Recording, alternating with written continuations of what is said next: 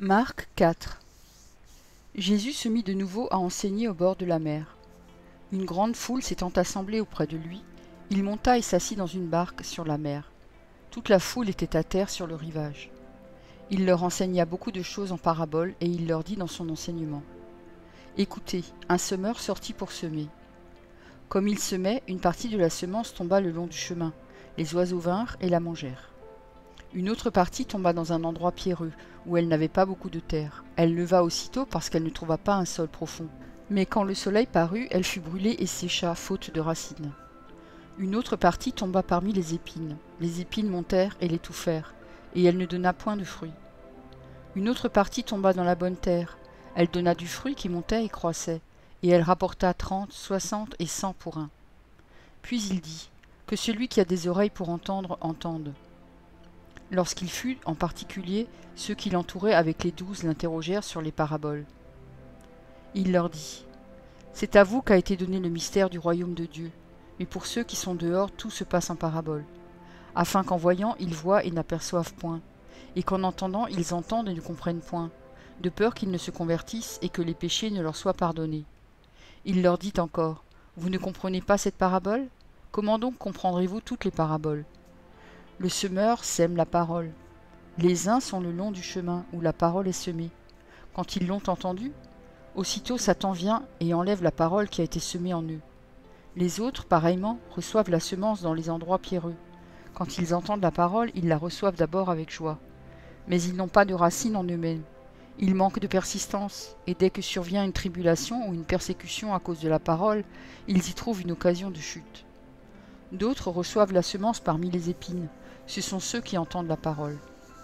Mais en qui les soucis du siècle, la séduction des richesses et l'invasion des autres convoitises étouffent la parole et la rendent infructueuse.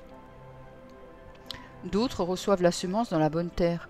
Ce sont ceux qui entendent la parole, la reçoivent et portent du fruit, 30, 60 et 100 pour un.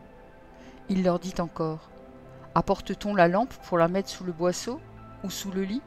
N'est-ce pas pour la mettre sur le chandelier ? Car il n'est rien de caché qui ne doive être découvert, rien de secret qui ne doive être mis au jour. Si quelqu'un a des oreilles pour entendre, qu'il entende. Il leur dit encore : Prenez garde à ce que vous entendez. On vous mesurera avec la mesure dont vous vous serez servi, et on y ajoutera pour vous. Car on ordonnera à celui qui a, mais à celui qui n'a pas, on ôtera même ce qu'il a. Il dit encore : Il en est du royaume de Dieu comme quand un homme jette de la semence en terre. Qu'il donne ou qu'il veille, nuit et jour, la semence germe et croît sans qu'il sache comment. La terre produit d'elle-même, d'abord l'herbe, puis l'épi, puis le grain tout formé dans l'épi. Et dès que le fruit est mûr, on y met la faucille, car la moisson est là. Il dit encore : À quoi comparerons-nous le royaume de Dieu, ou par quelle parabole le représenterons-nous ? Il est semblable à un grain de sénévé, qui lorsqu'on le sème en terre est la plus petite de toutes les semences qui sont sur la terre. Mais lorsqu'il a été semé, il monte, devient plus grand que tous les légumes, et pousse de grandes branches, en sorte que les oiseaux du ciel peuvent habiter sous son ombre. C'est par beaucoup de paraboles de ce genre qu'il leur annonçait la parole, selon qu'ils étaient capables de l'entendre. Il ne leur parlait point sans paraboles, mais en particulier, il expliquait tout à ses disciples. Ce même jour, sur le soir, Jésus leur dit : Passons à l'autre bord. Après avoir renvoyé la foule, ils l'emmenèrent dans la barque où il se trouvait. Il y avait aussi d'autres barques avec lui. Il s'éleva un grand tourbillon, et les flots se jetaient dans la barque, au point qu'elle se remplissait déjà. Et lui, il dormait à la poupe sur le coussin. Ils le réveillèrent et lui dirent : Maître, ne t'inquiètes-tu pas de ce que nous périssons ? S'étant réveillé, il menaça le vent et dit à la mer : Silence, tais-toi ! Et le vent cessa, et il y eut un grand calme. Puis il leur dit : Pourquoi avez-vous ainsi peur ? Comment n'avez-vous point de foi ? Ils furent saisis d'une grande frayeur, et ils se dirent les uns aux autres : Quel est donc celui-ci à qui obéissent même le vent et la mer ?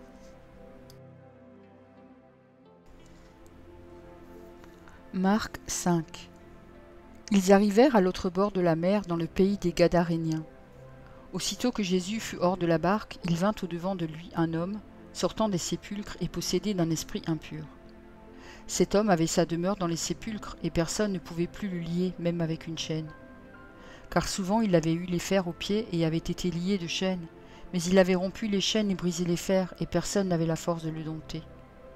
Il était sans cesse, nuit et jour, dans les sépulcres et sur les montagnes, criant et se meurtrissant avec des pierres. Ayant vu Jésus de loin, il accourut, se prosterna devant lui, et s'écria d'une voix forte. « Qu'y a-t-il entre moi et toi, Jésus, fils du Dieu très-haut? Je t'en conjure, au nom de Dieu, ne me tourmente pas. » Car Jésus lui disait, « Sors de cet homme, esprit impur. » Et il lui demanda, « Quel est ton nom ?»« Légion est mon nom, lui répondit-il, car nous sommes plusieurs. » Et il le priait instamment de ne pas les envoyer hors du pays. Il y avait là, vers la montagne, un grand troupeau de pourceaux qui paissaient. Et les démons le prièrent, disant, « Envoie-nous dans ces pourceaux afin que nous entrions en eux. » Il le leur permit. Et les esprits impurs sortirent, entrèrent dans les pourceaux, et le troupeau se précipita des pentes escarpées dans la mer. Il y en avait environ 2000, et ils se noyèrent dans la mer. Ceux qui les faisaient paître s'enfuirent, et répandirent la nouvelle dans la ville et dans les campagnes. Les gens allèrent voir ce qui était arrivé. Ils vinrent auprès de Jésus, et ils virent le démoniaque, celui qui avait eu la légion, assis, vêtu, et dans son bon sens, et ils furent saisis de frayeur. Ceux qui avaient vu ce qui s'était passé leur racontèrent ce qui était arrivé au démoniaque et au pourceau. Alors ils se mirent à supplier Jésus de quitter leur territoire.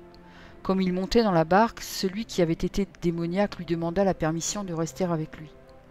Jésus ne le lui permit pas, mais il lui dit, « Va dans ta maison vers les tiens, et raconte-leur tout ce que le Seigneur t'a fait, et comment il a eu pitié de toi. » Il s'en alla, et se mit à publier dans la Décapole tout ce que Jésus avait fait pour lui, et tous furent dans l'étonnement. Jésus, dans la barque, regagna l'autre rive, où une grande foule s'assembla près de lui. Il était au bord de la mer. Alors vint un des chefs de la synagogue, nommé Jaïrus, qui l'ayant aperçu se jeta à ses pieds, et lui adressa cette instante prière. « Ma petite fille est à l'extrémité. Viens, impose-lui les mains afin qu'elle soit sauvée et qu'elle vive. » Jésus s'en alla avec lui, et une grande foule le suivait et le pressait. Or, il y avait une femme atteinte d'une perte de sang depuis 12 ans. Elle avait beaucoup souffert entre les mains de plusieurs médecins, elle avait dépensé tout ce qu'elle possédait, et elle n'avait éprouvé aucun soulagement, mais était allée plutôt en empirant. Ayant entendu parler de Jésus, elle vint dans la foule par derrière et toucha son vêtement, car elle disait, « Si je puis seulement toucher ses vêtements, je serai guérie. » Au même instant, la perte de sang s'arrêta, et elle sentit dans son corps qu'elle était guérie de son mal. Jésus connut aussitôt en lui-même qu'une force était sortie de lui, et se retournant au milieu de la foule, il dit, « Qui a touché mes vêtements ?»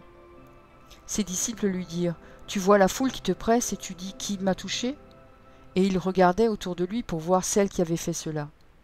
La femme, effrayée et tremblante, sachant ce qui s'était passé en elle, vint se jeter à ses pieds et lui dit toute la vérité. Mais Jésus lui dit, « Ma fille, ta foi t'a sauvée, va en paix, et sois guérie de ton mal. » Comme il parlait encore, survinrent de chez le chef de la synagogue des gens qui dirent, « Ta fille est morte, pourquoi importuner davantage le maître ?» Mais Jésus, sans tenir compte de ces paroles, dit au chef de la synagogue, « Ne crains pas, crois seulement. » Et il ne permit à personne de l'accompagner, si ce n'est à Pierre, à Jacques et à Jean, frères de Jacques. Ils arrivèrent à la maison du chef de la synagogue, où Jésus vit une foule bruyante et des gens qui pleuraient et poussaient de grands cris. Il entra et leur dit, « Pourquoi faites-vous du bruit et pourquoi pleurez-vous? L'enfant n'est pas morte, mais elle dort. » Et ils se moquaient de lui. Alors, ayant fait sortir tout le monde, il prit avec lui le père et la mère de l'enfant et ceux qui l'avaient accompagné, et il entra là où était l'enfant. Il la saisit par la main et lui dit, « Talitha koumi », ce qui signifie « Jeune fille, lève-toi, je te le dis. » Aussitôt, la jeune fille se leva et se mit à marcher, car elle avait 12 ans, et ils furent dans un grand étonnement. Jésus leur adressa de fortes recommandations, pour que personne ne sût la chose, et il dit qu'on donna à manger à la jeune fille.